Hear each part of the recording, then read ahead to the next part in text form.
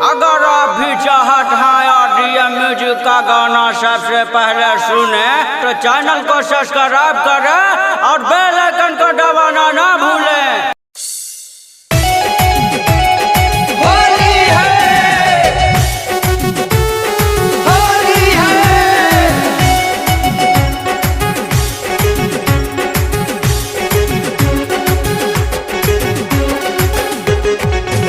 होली आइहा खेले ससुराल हो, होली आइहा खेले ससुराल हो। तू ही रंगिहा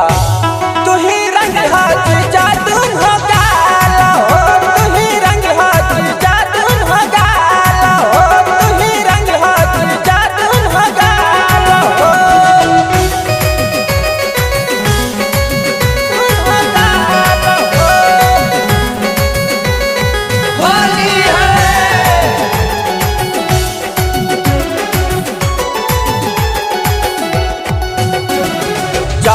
फागुनामा मनी हल्काहानामा ए जीजा भूलिहाना बात हो।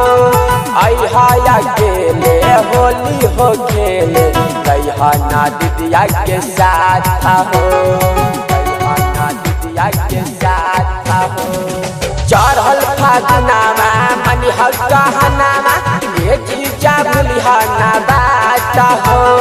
आइहा अकेले होली हो खेले कहिहाना दीदिया के साथ हो। ले आइहा तू रंगावा गुलाल हो, ले आइहा तू रंगावा गुलाल हो। तू ही रंगिहा जीजा तुम हो गाल हो, तू ही रंगिहा जीजा तुम हो गाल हो, तू ही रंगिहा जीजा तुम हो गाल हो।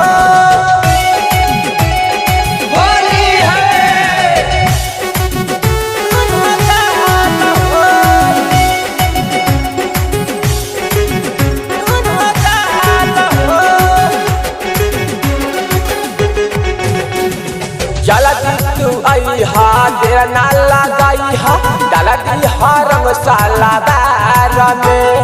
घोरी के रंगावा खूबे लगाइहा ये जीजा गदरे गदार में, गदरे गदार में।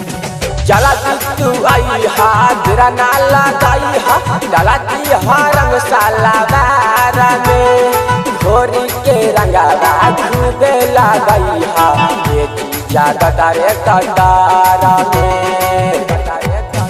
राजेश पूछा साली के तनी हाल हो, गणेश पूछा साली के तनी हाल हो। तू ही रंगिहा जीजा तुम हो गाल हो, तू ही रंगिहा जीजा तुम हो गाल हो, तू ही रंगिहा जीजा तुम हो गाल हो। बहाना ना चली।